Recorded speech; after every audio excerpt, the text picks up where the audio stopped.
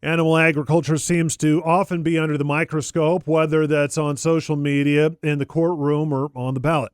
What can the farming community do to stand up to these attacks against animal ag? I recently sat down with Hannah Thompson-Weeman, President and CEO of the Animal Agriculture Alliance, to find out what they're all about.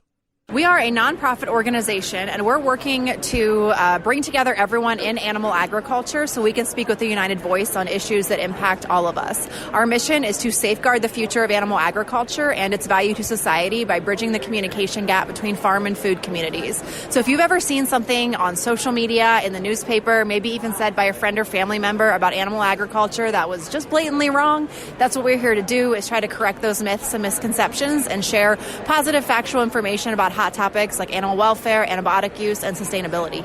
How challenging is that to do in the social media world? I mean, the state of Oregon, they've always got legislation that the Oregon Farm Bureau is worried about. It's going to really negatively impact producers. A major part of our effort is keeping an eye on the sources of those myths and that misinformation, and a lot of that comes from animal rights activist organizations. There are individuals and groups out there that just don't believe there's any way to ethically and responsibly use animals for any purpose, including for food, and they are very focused on aggressively targeting the industry in a lot of different ways. They're going on farms, they're stealing animals, they're trying to get hired, they're pressuring restaurant retail brands, they're going after legislation, just like the example in Oregon of a really extreme ballot initiative that's still lingering out there, still being pushed to potentially be on the ballot, that at least the last iteration I saw was we can't even kill an animal for food. That would be cruelty. You have to wait till they die of natural causes, which doesn't sound, I think, very appealing to any of us.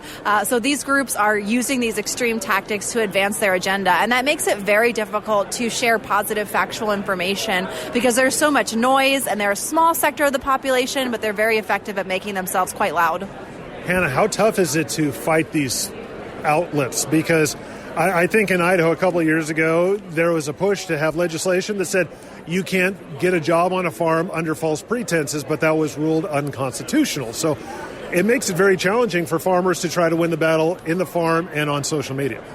There's definitely been some push for legislation that would potentially help address some of these issues about getting hired for false pretenses, but those can be very controversial. There's freedom of speech issues. A lot of them that have been passed have ultimately been challenged, but there are some ways that farmers and ranchers can protect themselves and speak positively about the industry. The number one recommendation that we have is to be beyond reproach. So we need to make sure we are doing the right thing every single time, continuously improving and innovating in terms of animal welfare, being stewards of the environment, and being good neighbors. So making sure all of those concepts are key to our culture and that we document and demonstrate. It's not enough to just say, take our word for it. We've got to be able to document and share how important those things are to us on our farms and ranches every day. Maybe it sounds like common sense. You didn't become a farmer if you didn't want to take care of animals, but unfortunately in the world we're living in today, there's no such thing as common sense.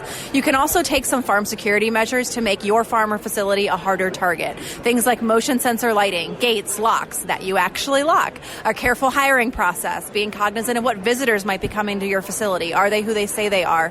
So those common sense measures of protecting yourself from these extreme organizations. And then lastly, we need to be transparent and proactive in our efforts to build relationships. Maybe it's on social media, maybe it's just in your community. Bring a class out for a field trip, talk to your legislators, talk to the media, just put a face on animal agriculture because a lot of people are very disconnected from what we do.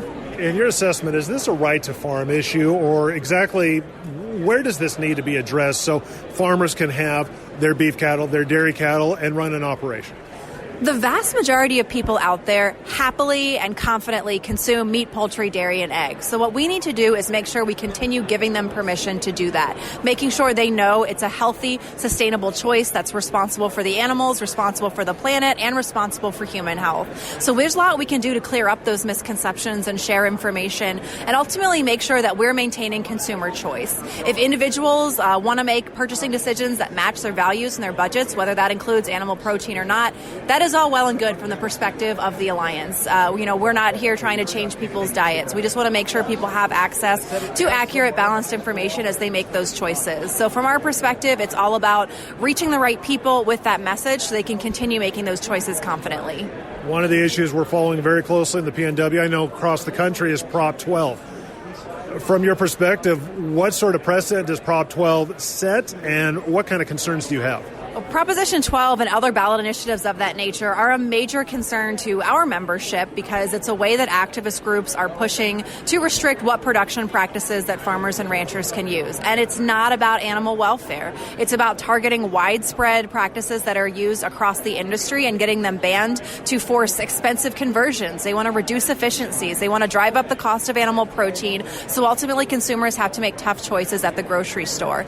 Proposition 12 is unique because it not only applies to producers in the state of California and the way that they can raise veal, laying hens, and pigs, but it also applies to producers across the country who want to sell in the state of California. So it's allowing the state to have an outsized influence. California produces way less than 1% of U.S. pork, and they consume almost 15%. So that's the outsized influence they're able to have, and that's exactly why activist groups push for this ballot initiative in California specifically.